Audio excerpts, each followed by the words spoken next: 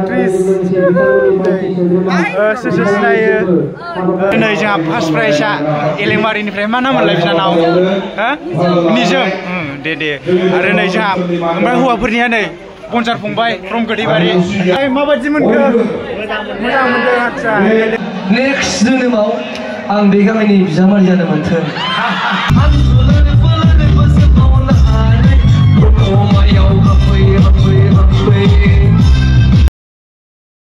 hello लोगोफोर नोंथांमोननो मोनसे गोदान भिडिअ लानानै फैलायबाय लोगोफोर दिनैनि बे भिडिअनि गेजेरजों आङो दतमा हारिमु आफादजों खुंजानाय 23थि बैसागु फोरबो फालिनाय दा बिनि भिडिअ लाबोनानै फैदों लोगोफोर दिनै लास्ट मैयाजों दिनैजों जादोंमोन आरो दिनै लास्टनि आङो मोनसे ब्लग बानायनोसै लोगोफोर नोंथांमोना नायलांबाय थाबानो जाबाय भिडिअखौ अमा खेला नायनोबा भिडिअखौ जोबजासिम नायबानो जाबाय लोगोफोर दे लोगोफोर जोंहा नै ओरैथिं फंबाय दं खाम दामग्रा आरो लोगोसे जोंहा ओरैथिं सिख्लाफोर दङ सिख्लाफोरा मा खालामगासिनो खोन्थाद' सिख्लाफोर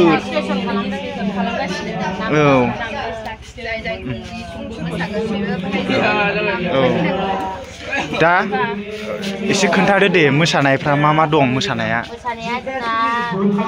सेंग्रा सिख्लानि ग्रुप डान्स दं सेंग्रा सिख्लानि बैसागु खुंग्रि दङ बैसोगोराफोरनि ग्रुप डान्स दङ ओमफ्राय नोंस्राबो मोसागोन ना औ अमा हमनाय दङ ओमफ्राय नोंहालाय नोंहा मोसाया बादायनो मोना नोंस्रा मोसाला नोंस्रालाय मोसाया ओमफ्राय नै मालाय लिरनायाव कम्पिउटार दे नाम लिस्ट थिखोदों माने रेजिस्ट्रेसन खालामदों होनदों नामा दा नोंथांमोनहा नायलांबाय था अमा खेलाया बिराद इन्टारेस्ट जागोन आच्छा नै सिख्लाफ्राबो हमगोन जाहैदों बिराद इन्टारेस्ट जागोन माने आङो दिनै फार्स्ट टाइम अमा हमनाय खेला नुसिगोन आरो नैबे जोंनि दतमा हारिमु आफादनि खुंनाय 23थि मामोनलाय रंजालि बैसागु फोरबो फालिनाय नै लोगोफोर जोंहा आदा सोमखोरखौ लोगो मोनलायबाय ओमफ्राय आब' बायजन्ती ओमफ्राय आदा मा खालामनो नागिरदों दा दा बे बैसागु जाखांनानै दङ प्रग्राम बैसागु प्रग्राम दा जोंनि आब'नो गलाब खालामनो सोरबा लाबोदां आच्छा औ दे आदा थुनानै होदो दे गोबावबासो नै बिबारानो गाज्रि जाजोब्बाय अखाजों गाज्रि जाबायना दे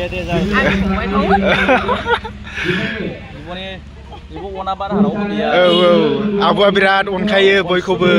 अनसुलि आब' अनारबो औ एसे खोन्थाना हो आदा बयबो आब'नि चेनेलखौ सापर्ट खालाम लाइक खालाम थाबैनो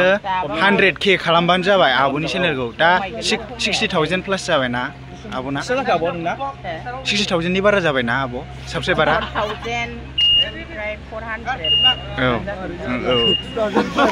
थाबैनो 100K साबस्क्राइबार 1 लाख साबस्क्राइबार खालामना होबानो जाबाय बिब' बिनानाव एन्टारटेनमेन्ट इउटुब चेनेलखौ आब'नि चेनेलखौ आरो औ दे आदा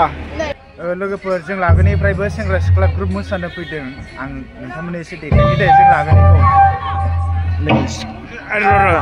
नै जों लागोनिफ्राय गासै साबैसे फैदोंना 6 जन मोसाग्राफ्रा ओमफ्राय फैजोबाखै ना फैजोबाखै औ मा बेस्थ' नोंहालाय मोनो हेलेना लोगोफोर नै जोंना बिनानाव बिजितामोननि गामिनि मा गामिमोनलाय नोंसिना शान्तिनगर खोदोमथला आच्छा दतमा खोदोमथलानि नै मादैमोनहा ग्रुप डेन्स मोसागोन ना माने ग्रुप डेन्स मोसागोन आंना रुजुरुमु ब्रह्म औ नै नानिमोन नोंस्रालाय मा गामिनि सिकारबिल ए नै बिदिखायनो बायो आं लाजियो नै मैयामोन नामा आबौ आंखौ लिंनाया ना नङामोनलाय नोंखौ बायदि मोनदां भिडिअ खालामनो लिंनाया बावखाय नङाना मोजाङै मोसाबानो जाबाय जिखुनु जाया दे ओमफ्राय जोंहा दा ओरैनो मेथाइ रोजाबगासिनो दं लोगोफोर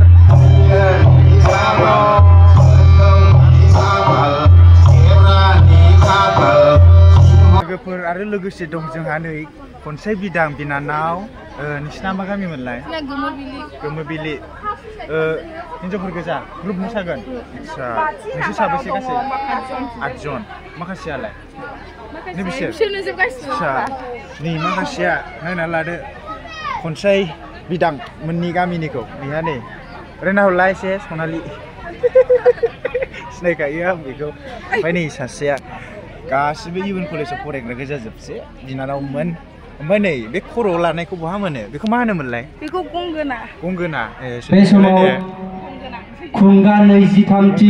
दामनो रोंगौ नों रंजालि बैसागु फोरबो फालिथाय लादोंल' बे फालिथाया ओमफ्राय बेखौ बबेनिफ्राय मोना मैयानिफ्राय बेखौ जों बायदोंमोन बेसेबांलाय जागायनानै दिनै नैथि सानाव आगान होबाय 100 थाखा दा बे नैथि सान आं दा नै बिनानावमोनजों एसे रायलायनोसैलाय नानिमोनखौ दे नोंसिना मा गामिनिफ्राय खोन्थाहरदो दे नानिमोन दतमा आदसा दे ओमफ्राय नोंसिना गासै 8 जन नोंसिनाबो आदसा सेंग्रा सिख्ला मोसाया नोंसिना हिनजावफोर गोजा ना सिख्लाफोर गोजा ओमफ्राय नै नैबा बिमाया जोंनि गामिनिसो लाजिबावबाय नै सासेया ओइ नानि नोंसिना मा मेथाइखौ मोसागोन हा दा एसे खोन्थागोन आदसा दे आयो मालाया आंनोबो गाननाय हरलाय खनसे देलाय लोगोफोर एबार जों लागोनिफ्राय मोसासिगोन आरोना सेंग्रा सिख्ला बेस्ट अफ लाक मोजाङै मोसा माखासेयालाय बोरै हरैसिंसो दङ बावदोंसो आं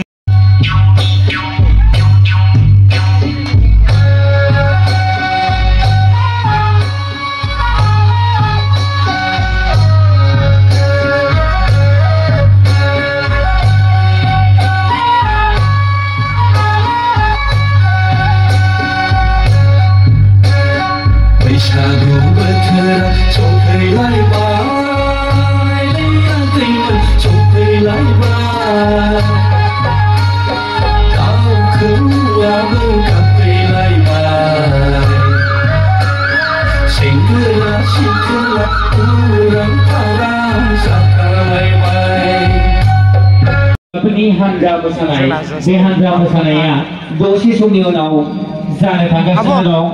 दा बेवहाय जोंहा माखासे क्लाब एबा गामिफोर एबा कलेज स्कुलफोरा खननाय आयदाजोंबो मोसानो हागौ बेनि थाखायनो जाहाथे गाहायाव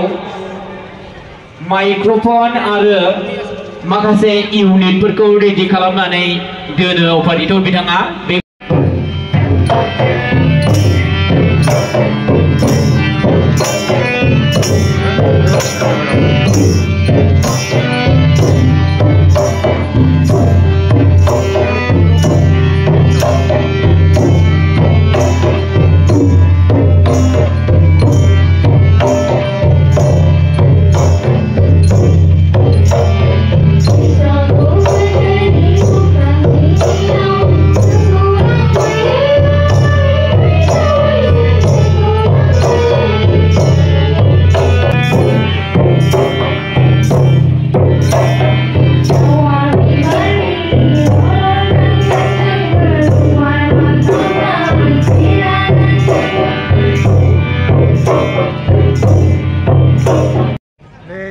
दा मोसाफैगोन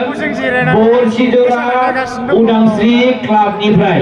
दे बारा दामना हो भुजेन फंबाय भुजेन फैदों नोंसिना मामिया मोसादोंमोन ना 7 बाजिनानै जोंहा नानि सुजिया जाय आंनि भिडिअ नायदों नोंथांमोना बेखौ नुदों जानो हागौ ना सिनायनो हाखागौ सुजिनानि जोंनि आनैनि फिसौजो ओमफ्राय जोंहा कबिता बैसागु खुंग्रि आदसा नोंथांमोना नायबाय थाबानो जाबाय ओमफ्राय लोगोफोर भिडिअखौ गासिखौबो खेबजोबनो हायाना ससेल' खेबनो आङो लोगोफोर जोंहा माने दहाय जे ग्रुप जेनेबा सेंग्रा सिख्लाफोरनि मोसानाय ग्रुप हानजा जादोंमोन नालाय आरो लोगोसे हाबा जाखांनाय बैसो जानायफोरनि ग्रुप डेन्स जादोंमोन नालाय बादायलायनाय दा बेनि रिजाल्टखौहाय होखासिगोन आरो नोंथांमोननो आं भिडिअनि गेजेरजों देखायगोन सेंग्रा सिख्ला हानजा मोसानाय बादायलायनाय दा बेनि फिथाइखौ आं होनो सानबाय जोंहा थामथि बान्थाखौ मोननो हादों गयबारि जांगिला क्लाब दङना गयबारि जांगिला क्लाबा आखाइ खबना हो बयबो रायजोफोर थामथि बान्था थामथि बान्थाया बेसेबां जों मिथिया आंबो मिथिया जाय हक थामथि बान्था आरो नैथि बान्थाखौ मोननो हादों मैनागुरि जौगाफु क्लाब दङना नैथि बान्थाखौ मोननो हादों मैनागुरि जौगाफु क्लाब आरो सेथि बान्थाखौ सोर मोननो हादों रायजोफोर गोमो बिल बारगेवला क्लाब सेथि बान्था बे थांबाय सेंग्रा सिख्ला हानजानि आरो दाना माथो रावबो आखाइ खबथ्रासै खोलोम थलाया थामथि बान्था मोननो हादों बैसागोराफोरनियाव आरो नैथि बान्थाखौ मोननो हादों मलान दुबि युथ क्लाब दंना गैया मलान दुबि युथ क्लाब नैथि बान्था आरो सेथि बान्थाखौ मोननो हादों बाथाबारि रिंखां क्लाब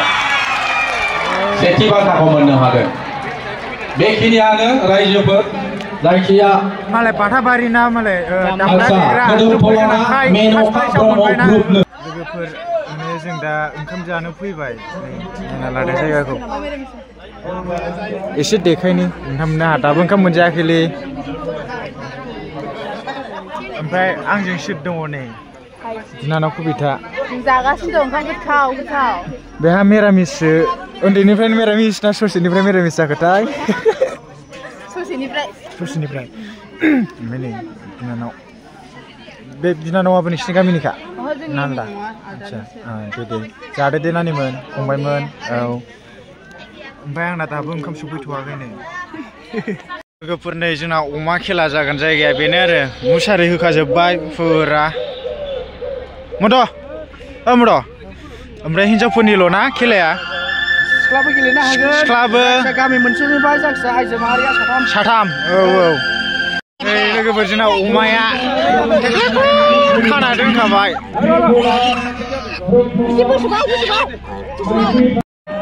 आब'आनो गेलेया नामा अमा खेलाखौ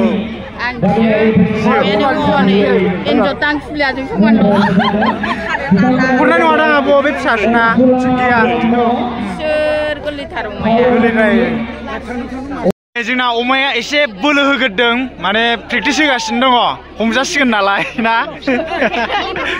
लोगोफोर जोंहा दा अमा खेला जासिगोन नै गुदुं खादेखाबाय गयबारिना सासेना सानैमोन ना गयबारिना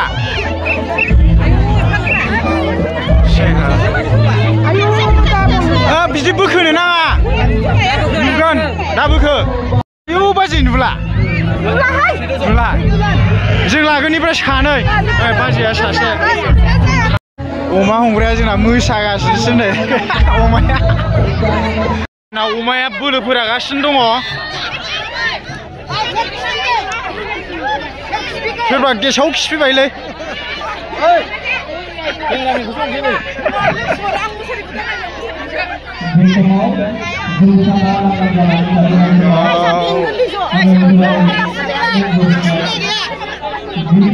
इन्जय खालामदो नायदो इन्जय खालामदो जाबाय अमा खेलाया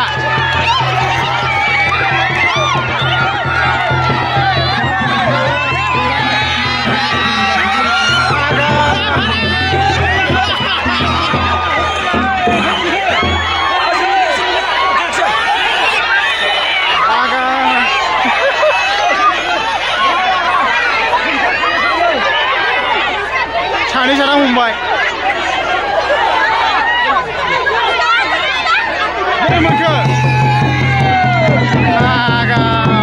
अमा खेला अमा चेम्पियनशिप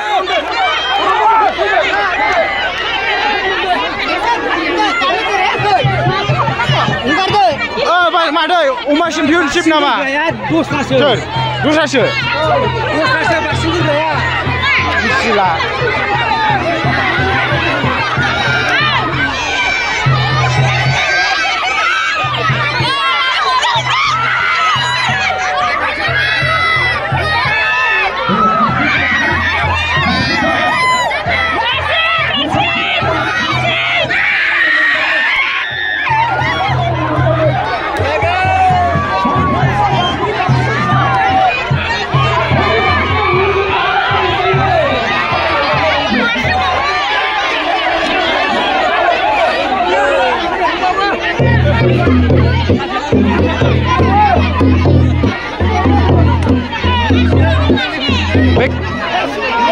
खेला गेलेयैफ्रा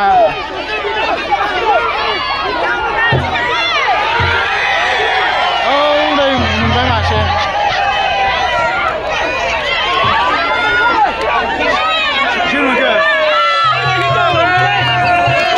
सिखोबजोलाय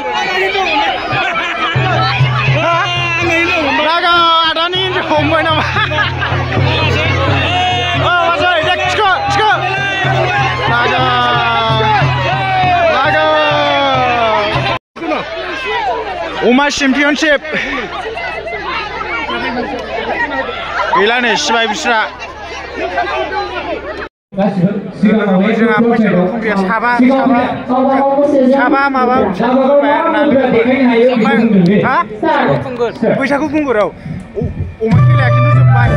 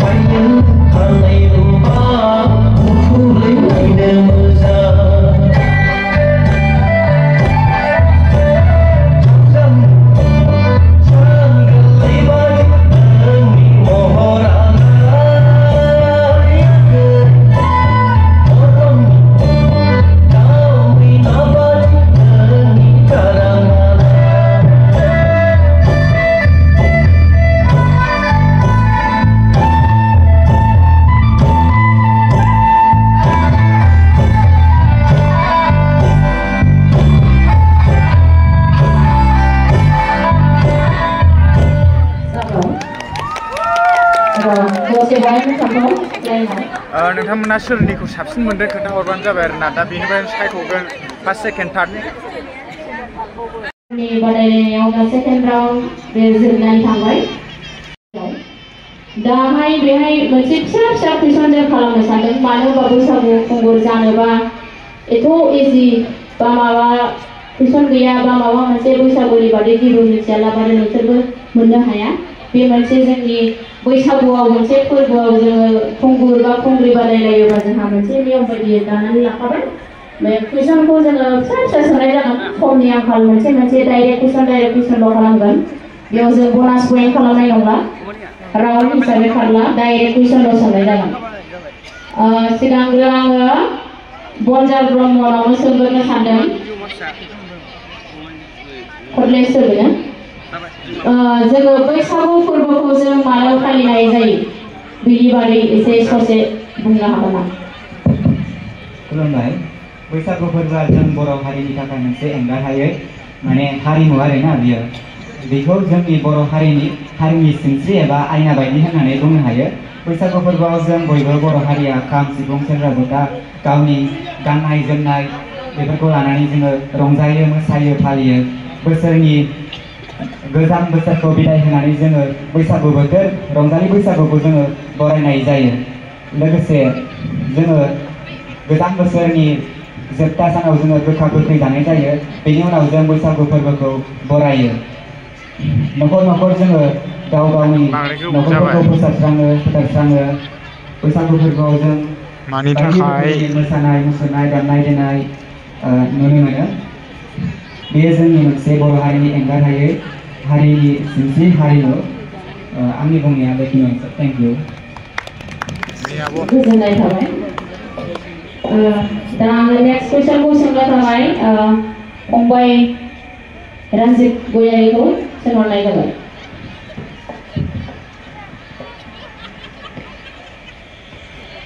जोंना सानै साथाम दंथारो फांथाम ब्रह्मना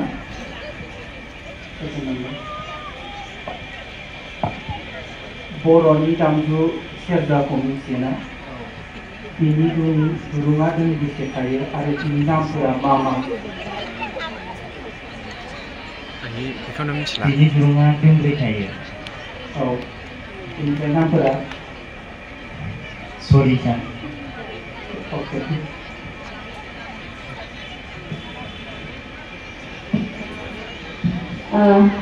जोंनिनो बिदाफोर आलाराजेन ब्रह्म बिथांखौबो आङो सोंथिखौ सोंनो थाखाय खावलायहरबाय देबनिला ब्रह्म ब्रह्म आच्छा जोङो संक्रान्ति दिनाव गोखा गोखै जानाय जायो नङा होमबा बेनि 12टा गोखा गोखैनि मुं बुंनो हागोन नामा खुलुमबाय बयनिसिमबो आं बुंनाय सिगांनो माबा गोरोन्थि जायोमोन जोंहा बिदिनो थाबाय थाइजौ खान्थाल नारजि दिंखिया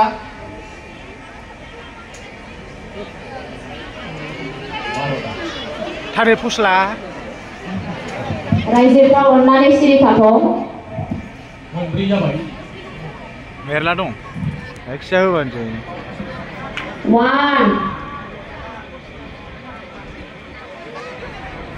2 वार्निं सरि सार 3 मोनब्रैल' होनो बर' जानानै बे गोखा गोखैखौल' मिथिया गोखा गोखै मिथिला सेस नेक्स्ट र' एबार जों लागोनिफ्राय सानसोरां पइन्ट गैला होनखादों आं दहायनो सानसोरां सानसोरां ना औ मेडाम एबार जायगा सोंनानै एन्सार होनो हायो माने बेनो देरहानायनि चान्स जोंनि बर'फोरनि गेजेरावहाय एबार बोसोराव बा देग्लाय दाखालिसो सासे मानसिया बान्था मोनदोंमोन आसाम गौरव बान्थाखौ सोर मोनामोन आसाम सरकारनिफ्राय आसाम गौरव बान्थाखौ सोर बिथाङा मोननो हादोंमोन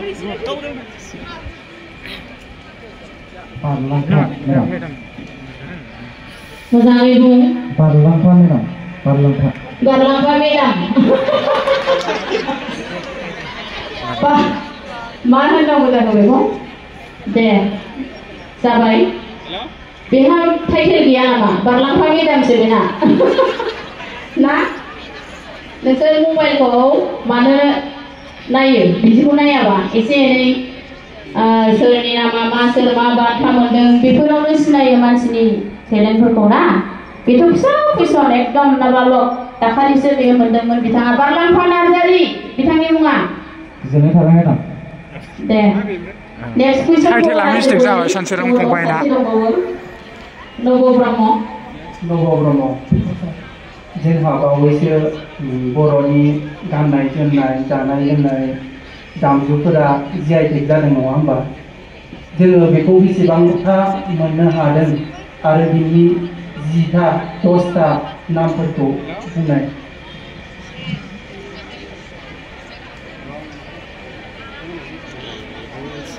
जौ गोरान माबा माबि सिरिथा अननानै पाब्लिकआ कुइसनखौ बुजिदोंना लोंग्रायाबो नङा दे ना जाग्राल' मोनलाय कुइसना जादों बिथां सोंनाया जोंनि बर'नि GI टेग मोननाय गासै 27टा होनदों बेनि गेजेराव नोंनाव 10टाल' सोंदों बुंदो गंगार दुन्दिया गंगोना गामसा आर'नाइ दख'ना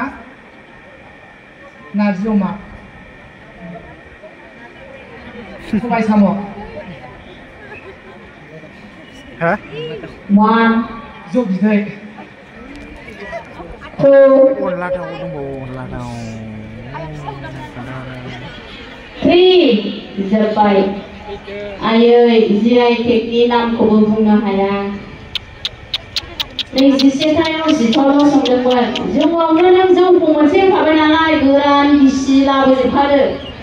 अनला नारजि बेखौ लाबोजोबखादो ओंख्रियाव मेला दं गंगार दुन्दिया खेरादाफिनि नङा दामनाय देनायाव लाबोदो खाम सिफुं सेरजा जथा गंगोना नंगौना नङा थरखा गासै 27टा दं बेयाव नोंनाव 10 सोंदोंमोन मबाइलखौ गावस्रा बिदिखौ नायादां रिल्सल' नायो ना रायजोफोर नंगौ आंबो बिदिसो सानबाय आं जेरावबो फैसा खालामनानै मोनदों बेखौ बयबो फल' खालामनांगौ ससियेल मिडिया बयबो बुंगासिनो दङ GITखौ नंगौना मबाइलखौ रिल्स नायनोसो लायो आजिखालि लोगोफोर जोंहा देग्लाय बोसोरनि माने बैसागु खुंग्रि मोनग्राफोर बिनानावमोन बान्था राननो नागिरदों जोंहा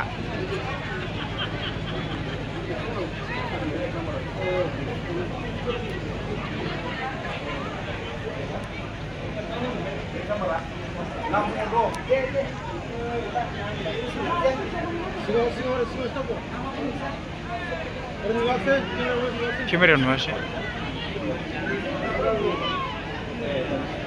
आं भिडिअ खालामबा बजार ब्रह्म बैसागु खुंगुर बिथाङा गोख्रै फैनांगौ समनि आंखाल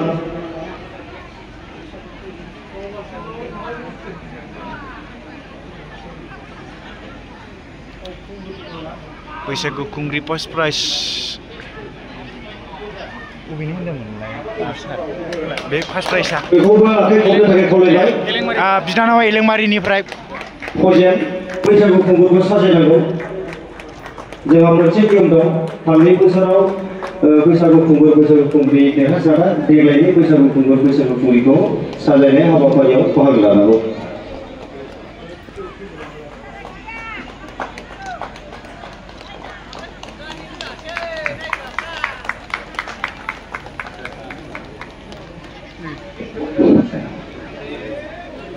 मानगोनां रायजो राजा नोंथांमोना बनजार फंबाय माने गोथैबारिनिफ्राय फार्स्ट प्राइज मोनदों बे बैसागु खुंगुर लोगोसे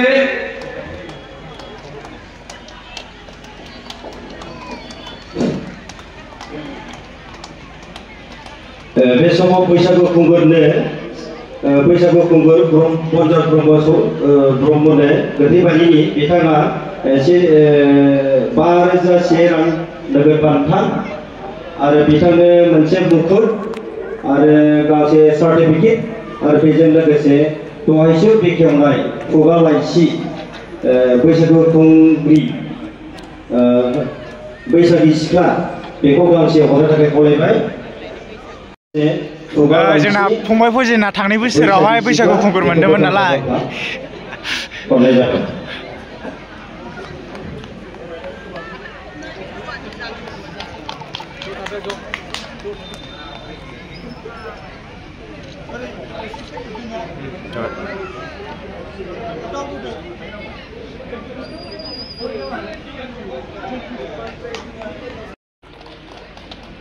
बैसागु खुंगुर फंबाय बनजार फ्रम गोथैबारि मोनसे फट' लानांगौ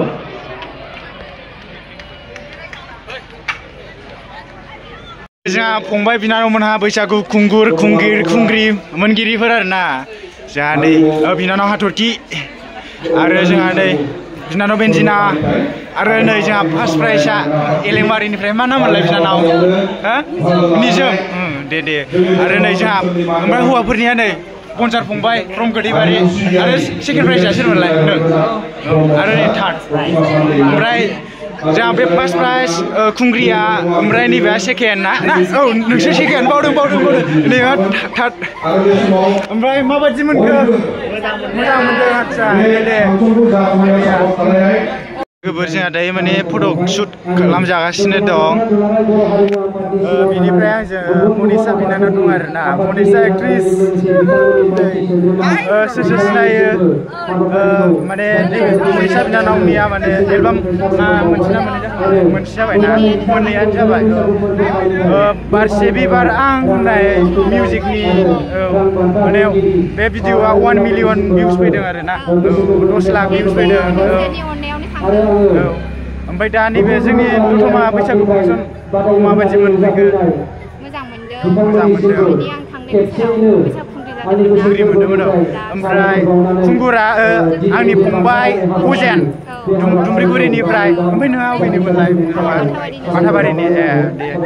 माने आंखौ मिथिखायोमोन ना नों सिनायखायोमोन दाबो मिथिया आं रां बान्थाफोरखौ रुजुरु हरगासिनो दङ दा नायदो लाइक शेयार कमेन्ट खालामनानै खालामना होबानो जाबाय ओमफ्राय उनावहाय जेनेबा माबाफोर एलबाम ओंखारबावगोन नामा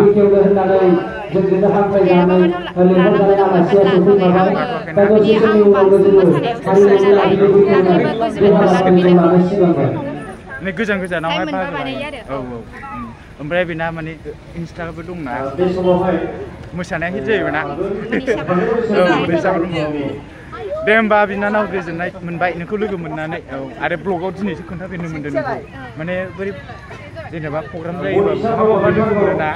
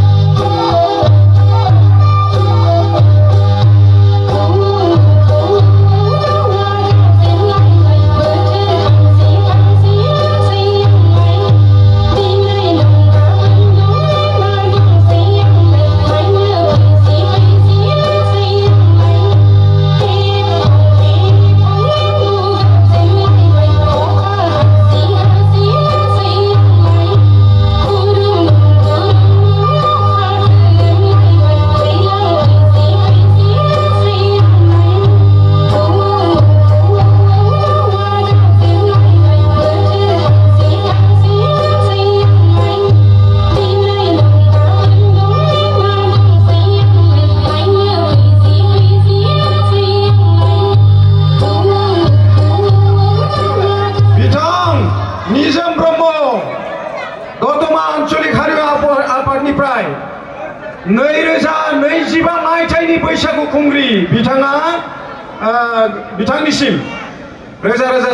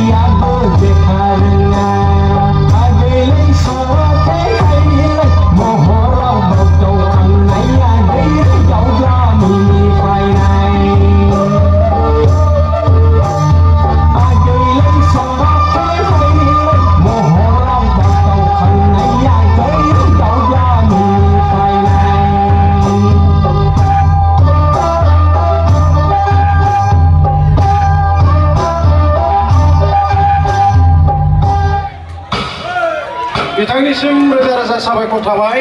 बिथां आदा हेन्डसेक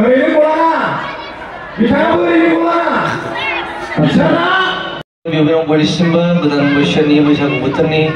अननाय सिबिनाय जासिहरबाय लोगोसे आंखौ लेंहरनायलाय आं सफैबाय आरो मोनसेखौ थांबावनांगौ बेनिखायनो आङो दोंसे एबा दोंनै नोंसोरो मोसायोबा दोंनै खनगोन मोसायाबा दोंसे खनगोन आं खननानै थांसै माने आं जिरायनानै खनोबा उन्दुनानैसो खनखायो आंबो माने जिरायनानै नायोबा उन्दुनानैसो खननो लुबैयो दा बेनिखायनो दतमानि मानसिफ्रा मोसानाय नायनोसै आं फार्स्ट टाइम दतमायाव फैदों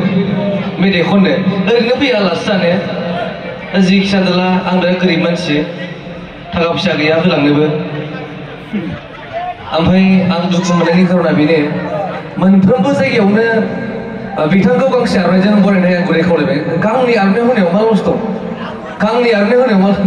दा बेनिखायनो आं दुखु मोनदों आरो गांनै आर'नाइ होयोबा मोजां मोनगौमोन ओंखायनो गांसे लाबोफाखादों गांनै जाबाय दा मेथाइ खननोसै डाइरेक्ट होना लाबोगैला टाइम गैला मोनाबाय लेखा फरायनांगौ अके दामदो मोसानोसै जयनो बैसागु से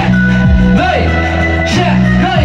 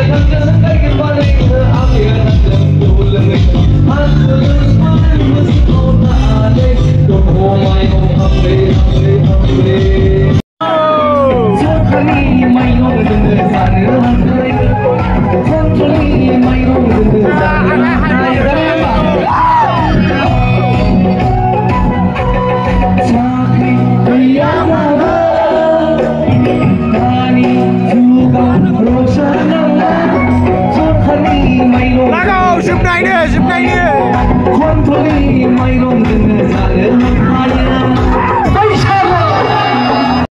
बोरैबा खाफाल मिलायोबा नेक्स्ट जोनोमाव आं बे गामिनि बिजामादै जानो मोन्थों थेंक इउ बिथांनिसिम रोजा रोजा साबायखर थाबाय बिथांखौ बयबो सापर्टिं खालाम बिथाङाबो 200 बोसोर जोरथों थेंक इउ जोंनि दतमा हालामना 100 बोसोर जोरथोंनांगौ आं प्रग्राम गैयाबा आरो खनबावगौमोन हरसे खनगोन नेक्स्ट बार लेंहरबा आङो हरनै खनगोन लोगोफोर मालाय बयबो आइफनजों फट' खेबजायो भिडिअ खालामो आहा गैया